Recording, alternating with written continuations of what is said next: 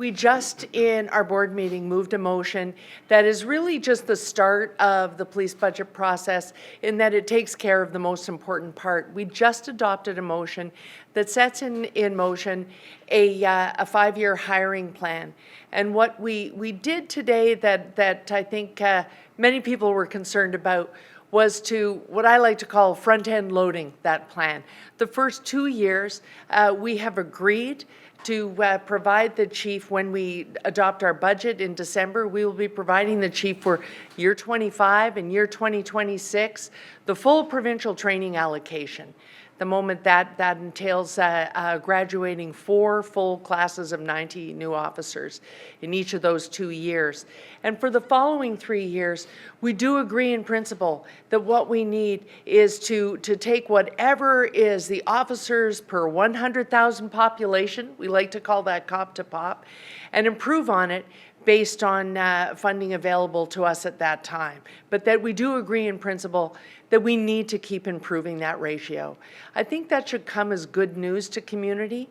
We have so many things that face our city, special projects that need to be staffed up, hate crime unit right now, car theft unit.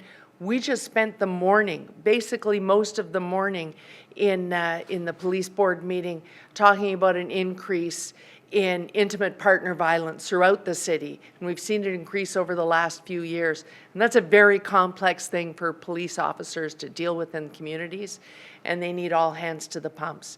And so, while today we have one of the lowest COP to POP ratios measured against all other North American cities, we're starting today to do everything we can to improve it. And so that means those 4 classes of 90 are meant to cover retirements, then meant to make sure that we're continuing that ratio despite the city's growth, and then to improve on it so that over time, over the course of the 5-year hiring plan, we're really improving on the number of officers per 100,000 in our population. And that means that we can focus on those things that the board will want to put extra resources towards when we adopt later in 2025, the new Toronto Police Service Board strategic plan that we're working on in concert with the community and with the Toronto Police Service and the chief. And so that's basically the motion in a nutshell. What you'll see is that moved into financial terms and hard numbers when we meet as a budget subcommittee of the board November 27th. And with that said, I think I'm going to hand it over to Chief Demkiw for his remarks and reactions to the board's motion. Thank you, Councillor, and thank you all for being here. I am very pleased that we've agreed in principle on a 5-year hiring plan that will bring certainty to our ability to continue to hire police officers to help us keep our great city safe. This level of multi-year commitment is unprecedented. Let me be clear, this is, in my view as the chief, a historic moment. I look forward to working with the Toronto Police Service Board, the mayor, the budget chief, Councillor Carroll, of course, on intergovernmental discussions for longer-term sustainability opportunities. Staff from the Toronto Police Service and the city continue to work on the full budget, including identifying current and future pressures, and the full budget will be brought to the Toronto Police Service Board in December for consideration, as is our regular practice. But today is truly a good day and a step towards building in hiring certainty for our members and, very importantly, for the safety of our city. And with that, I'd certainly like to open it up for any questions you may have. Chief, last year we saw this really contentious battle, cops versus councillors, in terms of getting your full $20 million allocation. A lot of people called it unprecedented, the campaign that you and the Police Association launched as well.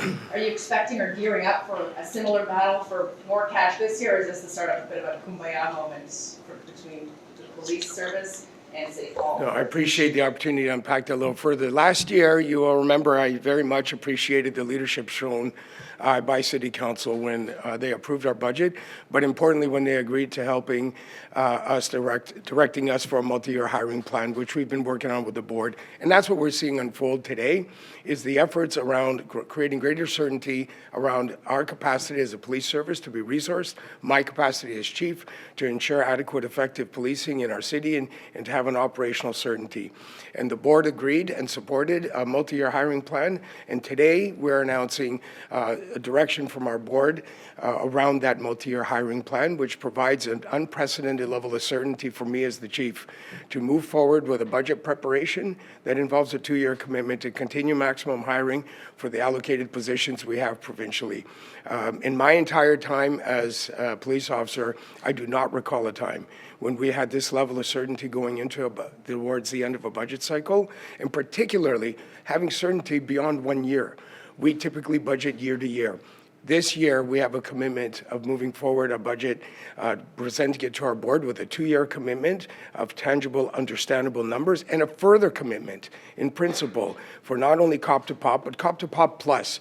And of course, we understand we live in an era of affordability conversations, and we have to be responsible fiscally and have discussions around our ability to be financed. But that is why I welcome the opportunity to participate in intergovernmental discussions as we continue to evolve our ability to be resourced financially for our continued need to grow as it relates to the size of our organization.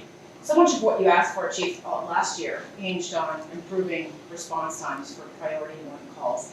As far as I know, I think your last update was in April with revising what the call time was. So 22 minutes last year. What is it now as far as your best estimate? Yeah, thank you for that. We are now at about 17 and a half minutes, and it's something we continue to watch and continue to make sure we're adjusting our posture. As we graduate the next recruit class, we'll look for an inject of young officers again into our frontline service delivery, and we'll continue to monitor those numbers closely. What contributed to that, would you say, in terms of improving by 5 minutes response to priority 1 calls? Well, listen, when we presented our budget last year, we did a lot of analytics, and I welcome the councillor mentioning the COP to POP ratio is one metric, but it's an important metric because we know in 2010 we had a ratio of well over 200 police officers per 100,000, and we were down to the low 160s. And during that recently, in 2010, we were responding in 12 minutes. When the ratio changed dramatically, we are responding in over 22 minutes. So we know there is a connection between our ability to meet our growing service demands when we have police officers available to answer the calls. And keep in mind, you know, answering radio calls is not our only function. We have many other functions we have to resource. But the ability to meet those growing demands for priority 1 calls is an important metric for our residents and one we pay attention to. And COP to POP is one metric that helps us understand how our capacity is changing as our organization grows.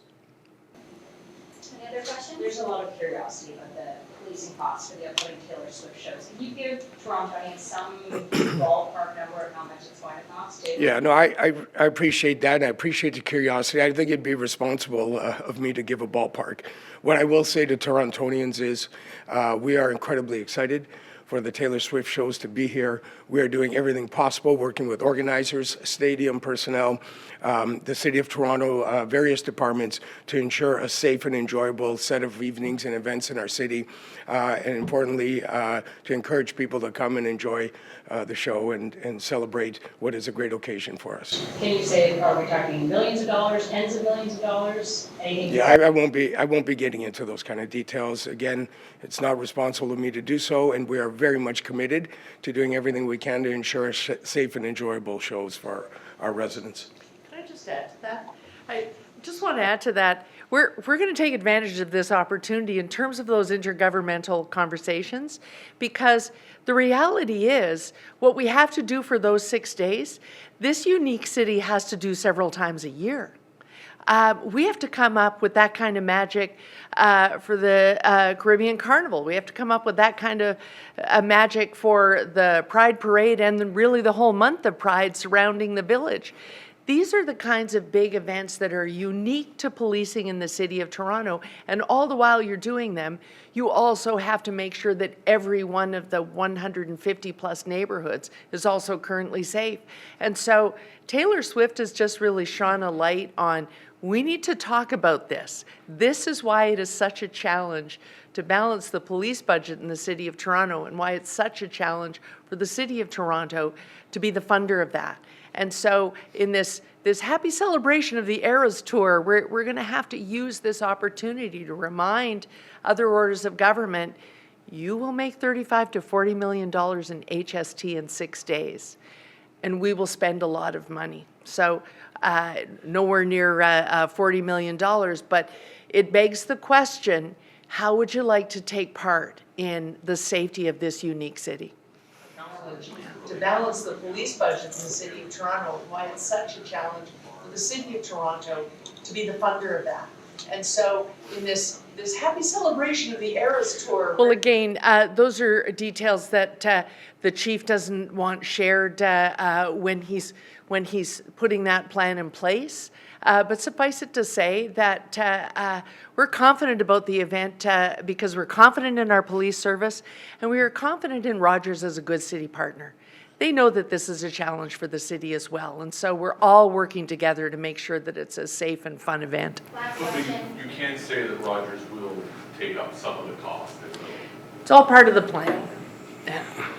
Councillor, if I just may, Councillor, back to my questions to the chief about the city hall aspect of the fight for dough. I mean, you're in charge of the city. The fight for dough, that's my job, yes. You're in charge of the city's purse string, so what are you looking for? I mean, the chief talked about the response time, which was a barometer. I think a lot of councillors said if the chief comes back next year and the response time, there's still 22 minutes, he's going to be in trouble. So what are you watching for now as the gatekeeper of the city's purse strings in terms of what you're looking for when you decide to approve the police chief's budget?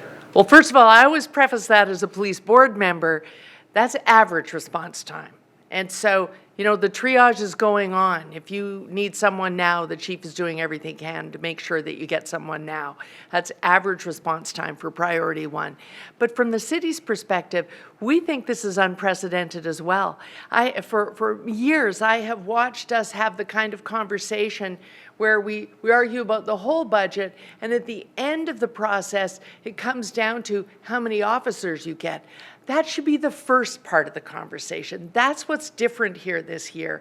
Let's decide what we want to be happening in our communities, what forces we want on the ground, and then we'll figure out how we surround them with the supports they need and stay within a target. And so we've tackled the biggest and most important part first, and that's the part that I think the community wants to hear about. And so now we go forward and we have another month to work on all the other parts of the budget and present something where the board can be in alignment with the city and move forward to the budget process that in whole we will launch in January.